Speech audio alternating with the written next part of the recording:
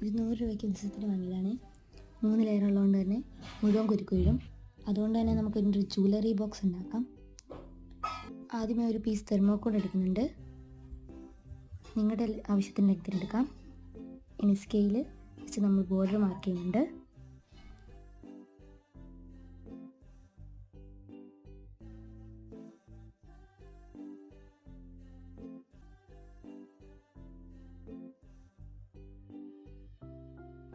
നാല് side mark ചെയ്തെടുക്കണം.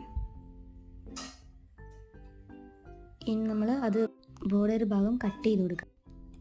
ബോർഡറിലോട്ട് കയറിപ്പോലെ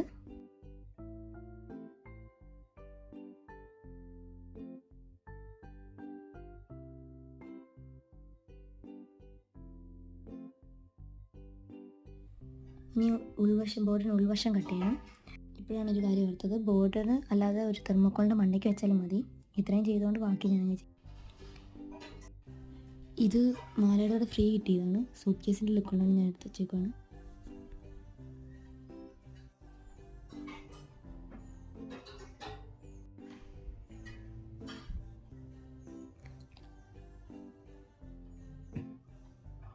ഇനി മാല വെച്ചെടുക്കാം.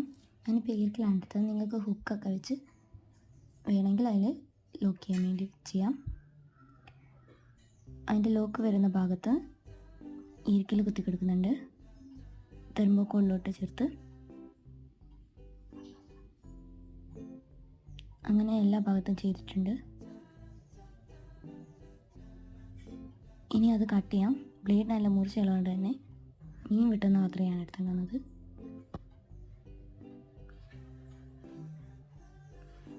തെറിച്ച് വന്ന് പോക്കുണ്ട്.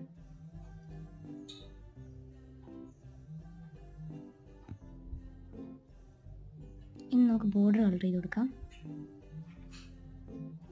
നിങ്ങൾക്ക് ഇഷ്ടമുള്ള കളർ ചെയ്യാം.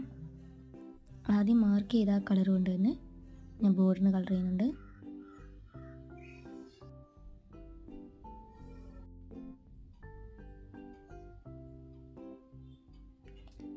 നന്നായി തന്നെ വന്നിട്ടുണ്ട്. കൊള്ളാമെങ്കിൽ കമൻറ്റ് ചെയ്യാം.